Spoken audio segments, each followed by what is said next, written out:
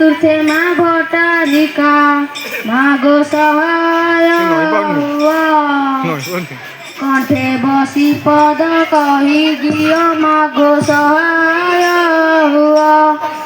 আহে ଏମିତି ସଜବାଜ ହୋଇ ବହି ସିଲଟ ଧରି କୁଆଡ଼େ ବାହାରିଲ ମ?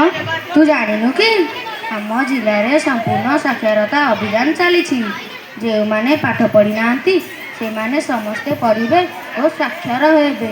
ଜିଲ୍ଲା ସାରା ଆଜି ପଢ଼ୁଛି ଉଠୁ ହେବାରେ ଆମେ ସାକ୍ଷର ନାଗରୀରେ ହେବାରେ ଆମେ ସାକ୍ଷର। ନିରକ୍ଷର କେହି ରହିବେନି ଏଠି ନାଁ ରଖିବା ଜିଲ୍ଲାର। ଆମେ ପାଠ ପଢ଼ିବା ନିଜ ଗାଁକୁ ନିଜେ ଗଢ଼ିବା ଲୋ ଆମେ ପାଠ ପଢ଼ିବା। ହେଲେ ଏ ବୟସରେ ଆଉ ପାଠ ପଢ଼ିକି କି କାମରେ ଲାଗିବା ବା? ଏ ବୁଢ଼ା ବୟସରେ କ'ଣ ଆଉ ପାଠ ମନେ ରହିବ? ଛତୁ ଫୁଟା କାଠ ନିଶ ଉଠା ପାଠ ଦବ କିରେ ଆଉ କାମ ନଗରରେ ଦବ କିରେ ଆଉ କାମ। ପିଲା ବୟସରେ ପଢ଼ିଲୁନି ପାଠ କରମ ହେଲା କି ବାମ। ଏବେ ପାଠ ପଢ଼ିକି ଲାଭ ଏବେ ପାଠ କି ମନେ ରହିବରେ ପାଠ ପଢ଼ିକି ଲାଭ। ହ୍ୟାଲୋ 15ରୁ 35 ବୟସରେ କ'ଣ ଆମେ ବୁଢ଼ା ହୋଇଗଲେ? ଏ ପରା କାମିକ ବୟସ, ରୋଜଗାର କରିବା ବୟସ। ପାଠ ପଢ଼ିଥିଲେ ସିନା କେତେ କଥା ଜାଣିବା, ଜାଣିଲେ ସିନା ଜିତିବା। ବୟସଟା ନୁହେଁ ବଡ଼ ଲୋ ସୁନ୍ଦରୀ ପଢ଼ିବାକୁ ଥିଲେ ମନ ନାଗରିଲୋ ପଢ଼ିବାକୁ ଥିଲେ ମନ। ଏ ବୟସେ ପାଠ ଅତି ଦରକାର କରମ ହେଲା କି କାମ ସବୁ କାମରେ ପାଠ ପଢ଼ିଲେ ଦିଶିବ ବାଟ ଲୋ ସବୁ କାମରେ ପାଠ। ଆଲୋ ମୁଁ ଏକା ନୁହେଁ ତୁ ମଧ୍ୟ ପଢ଼ିବୁ। ସେଇ ତୋ ପାଇଁ ମଧ୍ୟ ମୁଁ ଖଡ଼ିସିଲଟ ଆଣିଛି।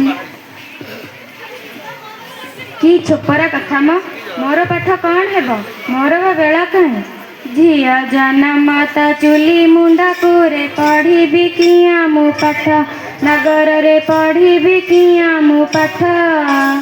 ଘର ପାଇଟିରେ ସମୟ ଅଣ୍ଟୁନି ରକ୍ତ ଖଡ଼ିସିଲଟ ତୁ ତ ଘର ମୁରବି ପାଠ ପଢ଼ିଲେ ଯିବ ଗରବି ତୁ ତ ଘର ମୁରବି।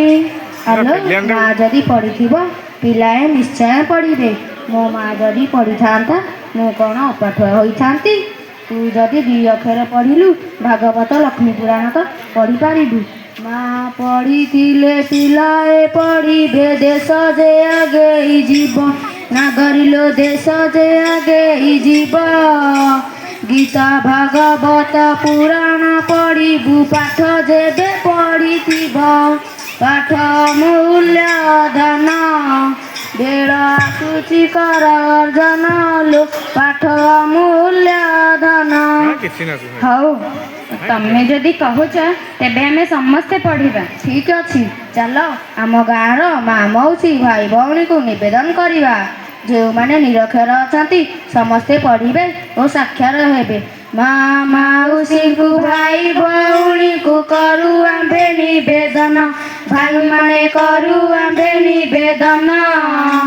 କଟକ ଜିଲ୍ଲାରେ ସମ୍ପୂର୍ଣ୍ଣ ସାକ୍ଷର ଚାଲିଛି ଏ ଅଭିଯାନ କେହି ନ କରି ମଠ ଯିଏ ପଢ଼ିନି ପଢ଼ିବା ପାଠରେ କେହି ନ କରି ମଠ।